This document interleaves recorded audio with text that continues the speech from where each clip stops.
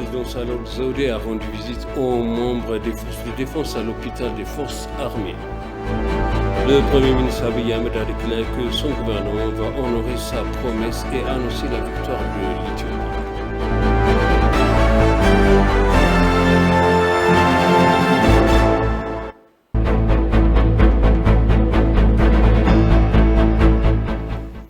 Bienvenue chers téléspectateurs sur ABC, c'est moi Zalal Mourkana avec le journal.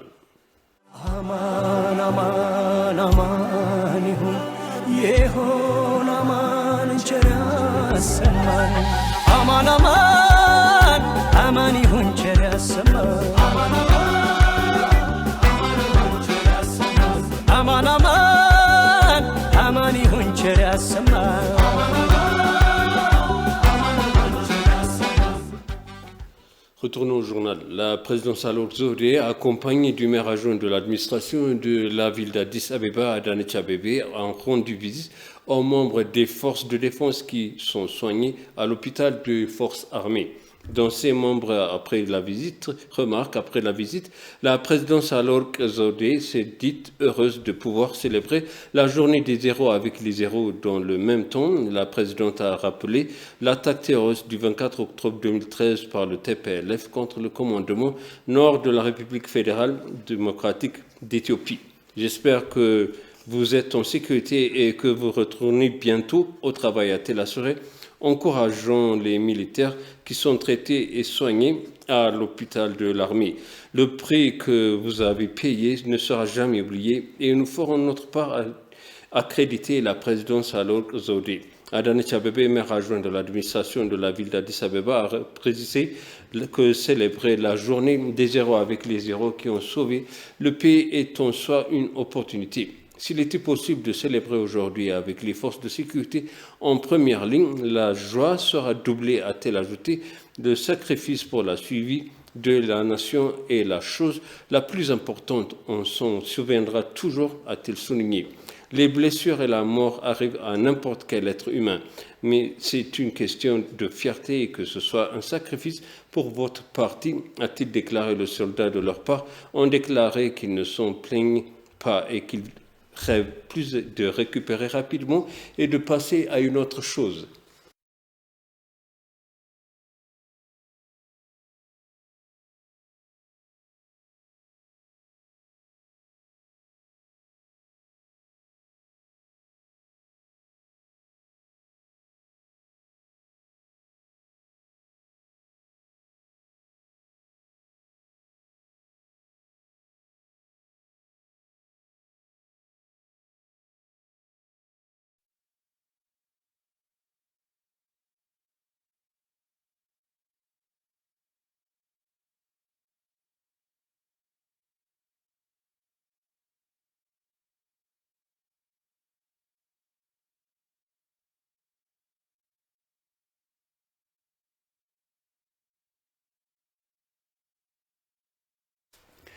Nous allons renouveler et honorer notre promesse envers l'Éthiopie, a annoncé la victoire de l'Éthiopie, a confirmé le Premier ministre Abiy Ahmed. Nous avons grandi dans une société promise et de traditionnelle. L'alliance est une base de l'exercice du monde.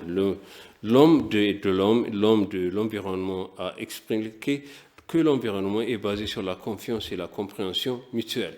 La victoire vient du fait de tenir nos promesses, de travailler pour la parole et de mettre notre parole en action. S'il y a une promesse, il y a de bonnes nouvelles.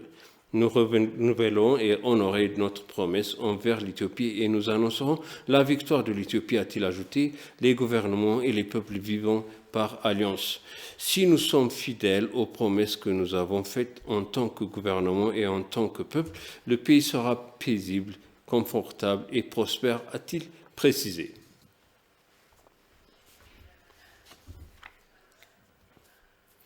Le vice-premier ministre de la République fédérale d'Éthiopie, Demeke Mekonnen, a délivré un message lors de la célébration de la journée des héros à Addis Abeba. Aujourd'hui, a-t-il annoncé, l'Éthiopie a été en mesure de surmonter les pressions de l'année dernière et de surmonter les défis auxquels elle a été confrontée en raison des enfants qu'elle a produits. Il est maintenant temps de faire l'histoire. À l'est comme l'ouest, des héros féminins et masculins sont levés à travers le pays. Demek a assuré que l'Éthiopie vaincra car tous les accomplissements des actes héroïques. L'héroïsme n'est pas étranger aux Éthiopiens dans leurs pensées et leurs comportements. C'est notre identité patriotique. Nous avons vaincu nos ennemis ensemble et encouragement chaque jour, a-t-il confirmé.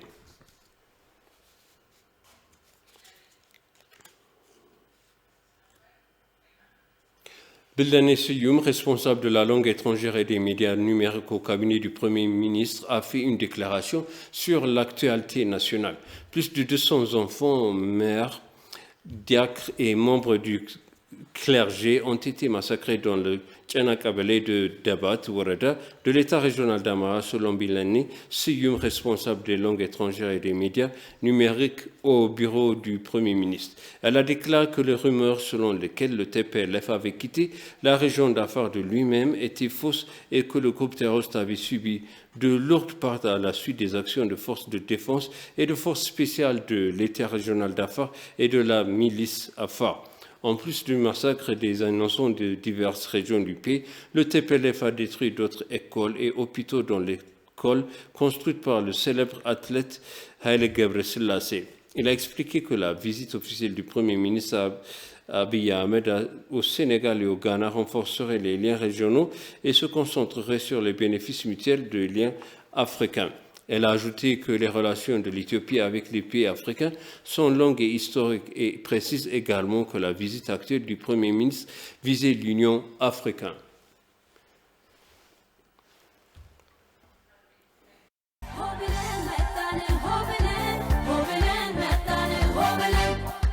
L'agence éthiopienne de diffusion souhaite à tous les Éthiopiens que la nouvelle année vous apporte la paix, le bonheur, la mort, la santé et la prospérité.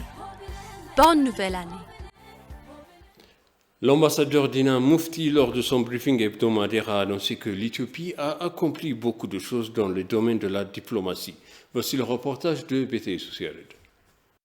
Le porte-parole du ministère des Affaires étrangères, l'ambassadeur Dina Mufti, a déclaré lors de son briefing hebdomadaire que malgré divers défis en 2021, l'Éthiopie avait accompli beaucoup de choses dans le domaine de la diplomatie au cours de l'année écoulée. Il a expliqué que le premier des tests était la question de la sécurité du barrage du Grand Renaissance éthiopien. Il a également ajouté que la campagne d'application de la loi du gouvernement pour atténuer la menace du TPLF contre le commandement du Nord avait été couronnée de succès. Il a indiqué qu'il avait été en mesure de réprimer les pressions négatives exercées sur le gouvernement depuis l'étranger, ainsi que les fausses déclarations du gouvernement par divers médias. Certaines communautés internationales ont suggéré que la manière dont le terroriste a soutenu le TPLF a été un problème.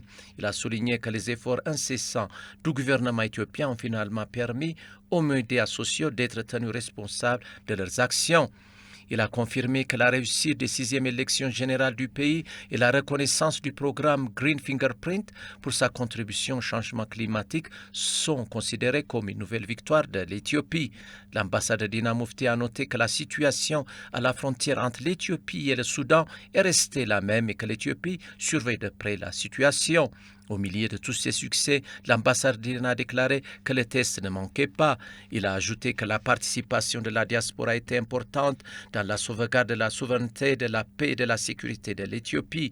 Il a noté que les efforts pour rapatrier les sans-abri dans diverses parties du monde avaient été couronnés de succès malgré les difficultés. Il a exprimé l'espoir que le nouveau gouvernement, qui sera formé fin septembre, inclura toutes les parties prenantes et rétablira la paix dans les zones touchées d'Afar, d'Amara et du Tigray. Il a expliqué que les rumeurs selon lesquelles l'Ethiopian Airlines avait expédié des armes au Soudan étaient une tentative infructueuse de ternir l'image de la compagnie aérienne. Les Éthiopiens vivant en Belgique et au Luxembourg ont fait un don de 800 000 $ pour soutenir le développement du pays, tandis que les Éthiopiens vivant au Colorado ont fait un don de 100 000 $ pour la construction du barrage de la Renaissance éthiopienne, a indiqué l'ambassadeur Dina Mufti. La police d'Addis Abeba a annoncé qu'elle avait lancé un plan pour assurer la célébration pacifique du Nouvel An 2014. La police d'Addis Abeba avertit que le tir des armes d'artifice est interdit pour des raisons de sécurité. Il a déclaré que la police d'Addis Abeba avait déployé un grand nombre de gardes de sécurité dans les marchés, les lieux de divertissement et les lieux publics pour assurer la célébration pacifique du Nouvel An 2014. Il a ajouté que la police d'Addis Abeba travaille en coordination avec la Défense nationale, la Service national de renseignement et de sécurité de la police fédérale et Oromia et d'autres agences de sécurité. La police d'Addis Abeba a informé que les mesures étaient prises contre les personnes impliquées dans la contrebande et l'augmentation des prix en raison de la saison de vacances. Boire trop l'alcool et conduire trop vite sont les principales causes d'accidents de la circulation. Les conducteurs doivent donc, en état conscient et que protéger les autres, a déclaré la police. La police d'Addis Abeba a également remercié la communauté pour contribuer significativement en observation pacifique des fêtes religieuses et nationales dans le passé et à l'appel à la poursuite des efforts pour assurer le déroulement pacifique du nouveau an 2014 et maintenir la zone vigilante. La police d'Addis Abeba a exhorté le public à être conscient qu'il est strictement interdit d'utiliser des feux d'artifice dans le cadre du festival afin de contrôler les forces destructrices qui tentent de perturber la paix dans la ville d'Addis Abeba. Les chefs religieux et les responsables des institutions religieuses ont visité le grand barrage de la Renaissance hydroélectrique éthiopien. Ils ont rendu pour bénir la nouvelle année et exprimer leur sympathie et leur solidarité avec la deuxième phase du barrage. La visite a été organisée en collaboration avec le ministère de la Paix et le Conseil d'institutions religieuses et a réuni les pairs et les représentants de la conférence. Selon Ethiopian Electric Power, le ministre de l'eau, de l'irrigation et de l'énergie, Dr Selassie Bekele, a déclaré que le barrage commencera à produire de l'électricité en octobre 2021.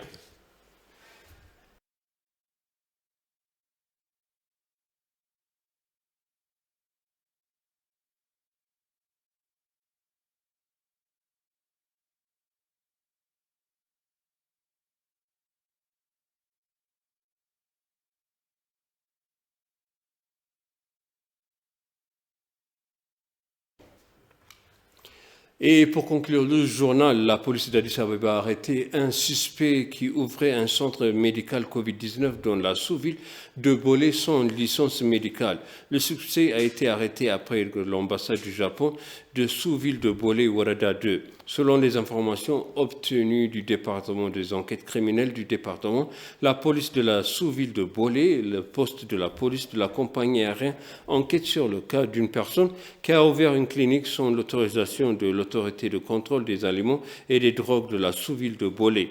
Tesfaye Etona, responsable du contrôle des aliments et des drogues et de la sous-ville de Warada 2, a déclaré que la personne qui a ouvert la clinique de sa propre initiative, sans aucune autorisation médicale, a également donné plusieurs traitements médicaux dans le centre. La police d'Addis Abeba a exhorté le police à identifier et à certifier les établissements médicaux accrédités face aux problèmes de santé. Il a déclaré que la coopération communautaire devrait être renforcée afin de traduire des auteurs en justice.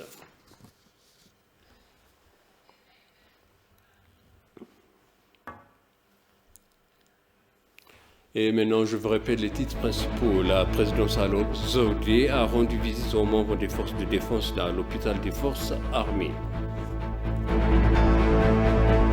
Le Premier ministre Abiy Ahmed a déclaré que son gouvernement va honorer sa promesse et a annoncé la victoire de l'Éthiopie. Chers téléspectateurs, c'est la suite du journal. Merci de nous avoir suivis. Excellente suite de programmes et bonne année 2014.